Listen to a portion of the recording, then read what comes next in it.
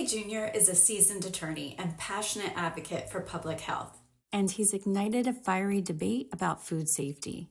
This colorful controversy is targeted at yellow dye number 5, which is a staple in many processed foods and beverages. However, it really highlights the concerns of all artificial dyes. In this video, we'll listen into what RFK Jr. has to say, we'll review some of the published health studies, and I'll leave it up to you to determine if he was right.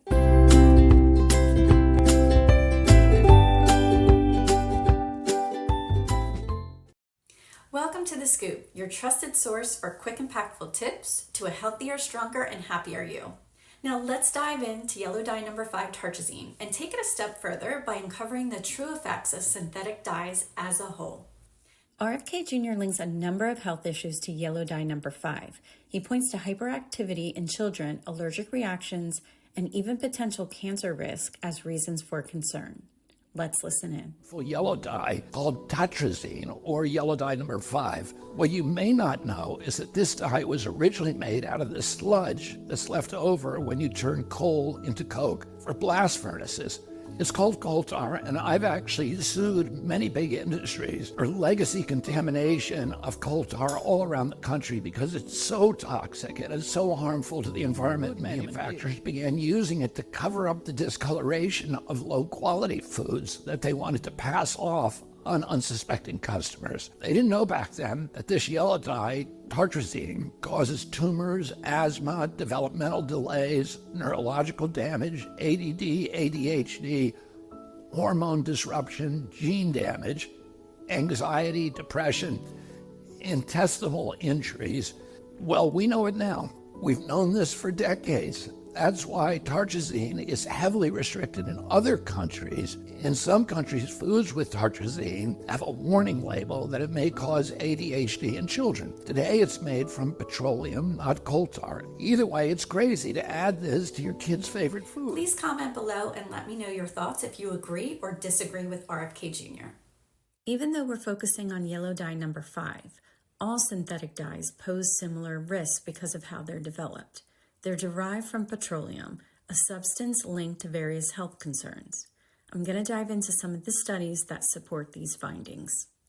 The famous 2007 Lancet study by McCann used yellow dye number 5 and 6, red number 40, E122, E124, and E104, which are 2 other reds and a yellow, linking them to increased hyperactivity, behavioral issues, and ADHD in children. This triggered a stricter labeling law in Europe, warning people of the effects on children.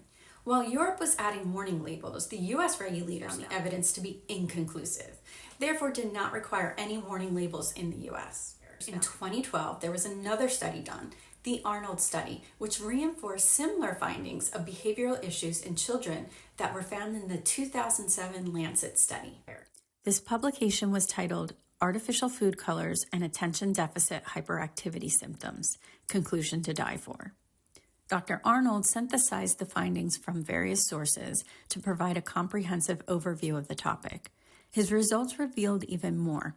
He found additional cognitive issues in children and highlighted the behavioral effects of artificial food coloring.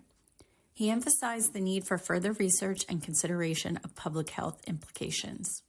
There are many studies linking these synthetic dyes to other issues. Like, in 2008, the Sharma Study linked yellow dye number 5, red number 40, and blue number 1 linked to gene mutation and DNA damage, which may lead to birth defects and cancer. Prior to 2002 Sasaki Study used all the same dyes but added green number 3 and found similar results. Not to mention there's even more support for this finding, which was done in 2006, the Tanaka Study, which linked these same dyes as in the Sharma Study, but also linking these dyes to reproductive and developmental issues in mice. Now, if we fast forward to 2020, the He study linked red number 3 to endocrine dysfunction. Our endocrine system is a network of glands that produce and secrete hormones. This alone will cause an array of issues. And if you have hormonal imbalance problems, you may want to avoid foods and drinks with these dyes altogether. In 2015, the Abdel-Azeem Study linked yellow dye number 5 and red number 40 to liver and kidney dysfunction in rats. In 1981, the National Toxicology Program studies tested red number 3, blue number 2, and green number 3. Their findings linked red number 3 to thyroid tumors and blue number 2 to brain tumors in rats, while green number 3 was less conclusive in their studies. Other toxicology studies since then have shown that green number 3 may cause DNA damage in cell cultures. Due to this study linking red number 3 to thyroid tumors in rats, in 1990, the United States banned red number 3 in cosmetics and topical drugs. On January 15, 2025, the FDA announced that they've decided to ban red dye number 3 in our food, beverages, and ingested drugs. This decision was influenced by studies indicating that red dye number 3 causes cancer in laboratory rats, as well as receiving petitions from advocacy organizations and scientists.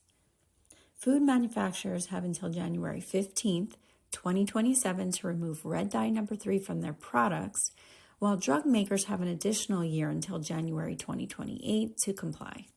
In the U.S., red dye number 3 can still be found in items like candy corn, Nerds, Peeps, sweet tarts, and fruit cocktails containing cherries, so definitely check your labels. To sum up all the testing results, we've reviewed various studies testing numerous synthetic dyes resulting in a wide range of serious health concerns, everything from neurological issues to cancer. And if the FDA found red dye number 3 concerning enough to pull it from our food and drugs, we need to ask about the health concerns of ingesting other synthetic dyes. I thought it was important to go through these details so you have the facts and can make wise choices for your own situation. You might be thinking a little bit here and there is fine, but if you eat a lot of processed foods, you may be surprised how many of these dyes are in your foods. Sometimes multiple dyes in one food or drink product. Compound that with eating multiple of these items containing these dyes per day, and compound that with how many days per week you're consuming these items. Please comment below and let me know if you think synthetic dyes should be removed from our foods and drinks altogether. Next, let's find out what other types of foods and drinks you can find these in. Yellow number 5 and 6 are found in products like Twinkies, Skittles, Fruit Loops, Starburst, and even spices. Red number 40 can be found in things like Swiss rolls, Doritos, and maraschino cherries. This is an interesting fact. M&Ms in the US contain all 3 of these dyes. However, M&Ms in Europe do not. Instead, they're colored with natural-based colorants. Red number 3, blue number 1 and 2, and green number 3 can be found in medications, even medications we give to our kids. Yellow number 5 and 6, red number 40, and blue number 1 can be found in sports drinks.